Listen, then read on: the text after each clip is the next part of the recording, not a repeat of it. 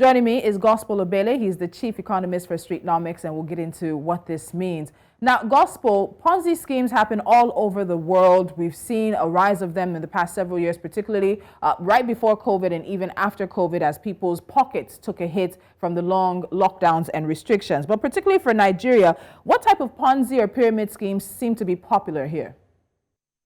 Well, generally, we've had a series of them recently, and they've happened in different patterns. But the central ideology is sort of like over promising an ROI on an investment that doesn't have a solid base of traceable patterns when it comes to economic activity and all of that. So it could take different shapes. It could be the conventional forex and every other thing else that people have gotten used to, but at the back to be something else ongoing. We've also realized that one of the reasons why these schemes take off so easily within this context are also the fact that you have a lot of economic leakages. There's a significant growing block of the vulnerable class who are constantly being trapped on a daily basis, being the cost of living crisis and the poorly managed economy. So people are seeking newer ways to sort of like diversify in quotes their investment and get high returns quickly. Being the fact that you can't just save your money and leave it in the bank. The value of the currency has been on a failing spree recently. So it's a complexity. It's a mix of core structural issues, yes, core behavioral and cultural issues, as well as just Nigerians seeking to be very opportunistic and take advantage of one another. So you use the word opportunistic, and some would say it's also greed that pushes a number of the victims of these kind of scams into this situation. That's how will somebody be promising you 100% return or 150 or 200% return, even 50% return for very small knowledge of what's happening. So when you look at those sort of push factors for Nigerians, those factors have been in play for a while. So do you think we're seeing an increase in these schemes, or is it just basically the same situations Nigerians have faced economically for a number of years now?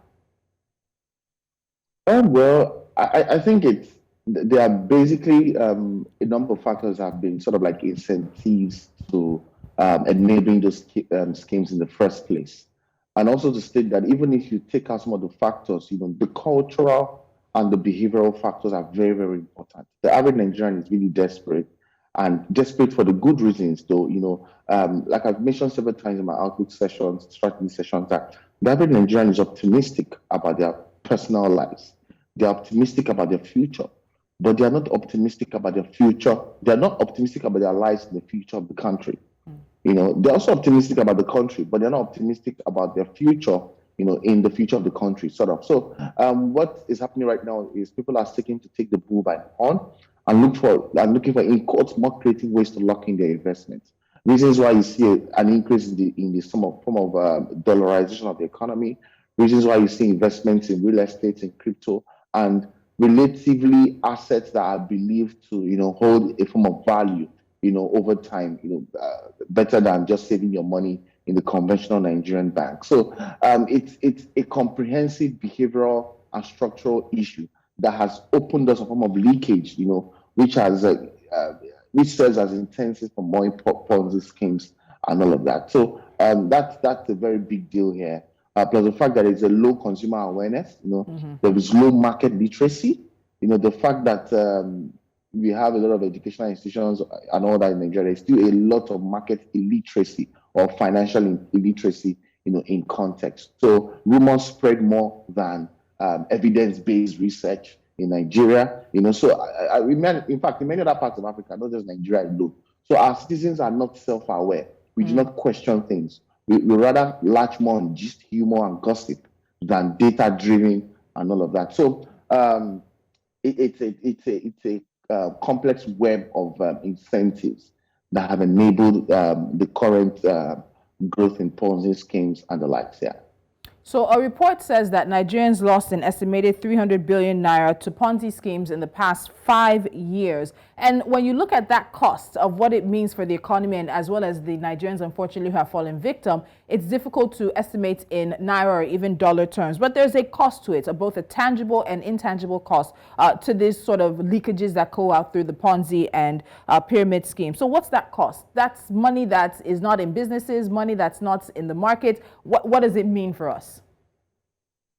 It means that, I mean, those are monies that could have been probably plugged back into the economy one way or the other, to sort of like steer the economy towards more growth, and if properly done, towards more shared prosperity. Because the basic reason why the average Nigerian is currently seeking such pathways is majorly hinged around, prosperity, to secure your investments or secure your money or multiply your money, multiply your wealth, and all those jargon. So that's the basic ideology. So the conversation here is you can't really find tangible, scalable investments in Nigeria, in quotes. That's the belief, that you can't find tangible investments in quotes to plug in your money and make that ROI within a short time. All right. So, and that again speaks to the fact that our markets are not really developed. So if you look at any sector, if you pick any sector now, how much of development has happened in those sectors enough to create an incentive-driven investment case for even Nigerians who are earning as little as 200,000 naira per month? All right. So these are the questions we now begin to ask. So because you have a market failure, you have an economic failure, you also have a cultural and behavioral failure. What happens is you begin to find schemes and initiatives that will be, out there, and people may want to quickly latch on them, thinking that they can just make a kill from all of these things, and also on the icing on the cake will be a very poor evidence-based, citizens that don't really question things, but are rather open to rumors and gist, and some form of social media ranting that is not really based on evidence or critical thinking or constructive criticism, as it were. So, like I mentioned, it's a complex web of different elements that are driving that engine. And until we begin to really solve our major structural and markets problem, and begin to create investable causes for the average Nigerian, in such a way that the average Nigerian earning 150,000 or 100,000 naira per month can find a clear investment pathway, to build returns and all of that. Until that begins to happen, you may not begin to fight. So fighting Ponzi schemes with a bill makes sense on the average, but it is only a necessary condition. It's not a sufficient condition, meaning it doesn't really take the problem away.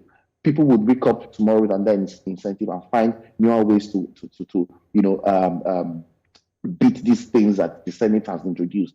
What you need is to power your economy so strong that you can make clear-cut, mini but clear-out investment cases towards shared prosperity for the average Nigerian. So that's the conversation here. Okay, so it's interesting you talk about how the bill may not work. And we know that even with these Ponzi schemes, they use advertisements on even newspapers sometimes. They're on the social media, they're on print media. You hear them on radio. No one is really checking it. But now this the SEC is proposing the Investments and Securities Bill 2021, which is an amendment to a previous bill. And it believes that with some of the portions of this bill, it can start to tackle the issue. So let's look at the bill now. For you, when you look at the bill, what's the highlights that could be effective if adequately implemented, and everybody who needs to play and be part of this is part of the solution? So, I mean, just to bust a bubble, some of these law enforcement agencies are also part of folks who, either launch or actually participate, in Ponzi schemes. So, I'm trying to tell you that it's not just the vulnerable groups. There's a huge want in the heart of every Nigerian to be able to build more investment, more pathways to wealth, and multiply their money so that they don't get caught up in consumption expenses, higher cost of living, which is what the Nigerian economy currently offers. So instead of latching heavily on the bill, why don't you create alternatives? So I mean, our structure, our system rather, our culture has been used to looking for hard, how do I put it now? Threatening ways to stop or curtail issues or social vices or leakages, as it were. When we went to school the other time, while I was growing up, if you don't do well in school, the teacher would flog you, or there is a punishment to not doing well. However, can we create an incentive or a system to help people learn how to do what they don't know how to do well in a better way? Can we create counter-intelligence systems that are investment-driven, that can sort of like attract the people away from the leakage economy into the investment economy. So the goal is not to go in a threatening way. So one of the highlights of the bill is a 10-year jail term. Jail term rather. The 10-year jail term for those who are caught in the act. But I mean, that's the punishment-driven system, a punishment-driven strategy for a failed system. So what my argument here, it doesn't really work in terms of scaling economic productivity and managing the lines. In our last conversation, we talked about the world not being black and white. We're in the era of intelligent compromises. We're in the era of, rethinking the how around win-win for parties. Nigerians want something. A lot of law enforcement agencies, a lot of elites are even involved in this. Would you jail everybody? So the conversation is to, yes, launch a bill. I'm not saying you should not do that. I'm not big, I don't have a control over the Senate. But I would rather want to, think of more exciting, attractive investments that can be made landslide and inclusive enough to enable the average Nigerian scale in terms of his desire to prosper, which is the fuel of this move in the first place. All right, so Gospel, before I let you go, it would be remiss of me if I don't ask you this. So what are the tips for any Nigerian, even anyone, because Ponzi schemes and pyramid schemes seem to take the same format around the world, but particularly, what are the tips very quickly that one needs to look out for before you find yourself in the net or the web of these schemes? Yeah, number one, the schemes are largely over-promising. So once you hear an investment initiative that is largely over-promising and requires you to do nothing, just put your money in. That's a big red flag. Another is the fact that let's say the apex institutions, especially the monetary institutions, have not largely endorsed or publicly endorsed, and those are big red flags. Any scheme you see that has not been endorsed, even by commercial banks, because it costs a lot to endorse a thing like that. Another major part of the conversation is that any major scheme that has some form of untraceable source, and you don't know how it originated, it's also not being regulated, as well. That's a major red flag. Any scheme you find that there's a form of sense of urgency around it, you need to put your money now, and you don't know how those monies plug into key economic activities around. You don't know how those monies are being invested. Now, let me just put a note of warning. The acts behind, or the perpetrators behind these schemes, are also thinking intelligently. So they come out to tell you, okay, your monies will be used in some form of agriculture, farmers, smallholders, one thing. Put this thing and you get an interest rate. It is evolving. A lot of people are setting up companies, even technology-based companies, and getting investments. So the Ponzi schemes you are driving after, there's a form of intelligence that are now being used to drive those platforms. However, the average Nigerian needs to be more evidence-driven in its vetting of investment and path to prosperity. All right, Gospel, thank you so much. I think we'll continue your conversation on this. It seems to be one you have a lot to say, and we'll come back to it because it is costing us and it's costing the economy as well. Gospel Obele, thank you for joining me. Yeah, bye. Thank you. All right.